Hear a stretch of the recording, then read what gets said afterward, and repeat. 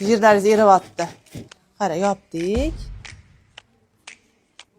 Yog' eritish joyi dedimi? O'sha chegarani ushlab oldim. Ko'rdingiz bo'ldi. Mana. Qorinda o'zi qismi yonmayapti. Ko'rdingiz-a? Ozgina kuch beramiz. Bemor qizib ketdi degungacha kutamiz. Ya'ni yog'ingiz qarsillayapti. Ketdi. Qonun qoidasini bilib olingki, mana birinchi nuqtamiz bor-ku, o'sha birinchi nuqtamiz bo'lgan joy tez qizib ketib qoladi-da, spirt sepganingizda erkaklik quvvatini oshirib beradi. Banka qo'yish mumkin emas. Qatga nima sepayotganingizni anglashingiz kerak.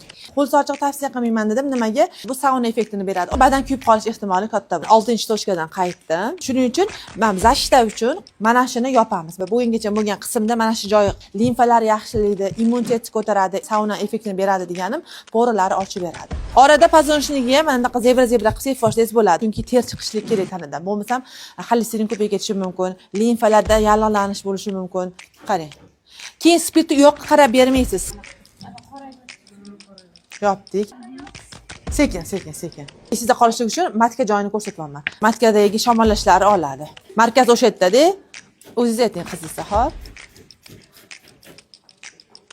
Korreksiya figuralarga qilishadi-ku. O'sha korreksiya figuradan keyin bitta mana shu sochli terapiyani qilsa, yog'lar erisha boshlaydi. Qorinni o'zi yonyapti, ko'ryapsiz? Umuman mumkin emas qilmaganingiz afzal.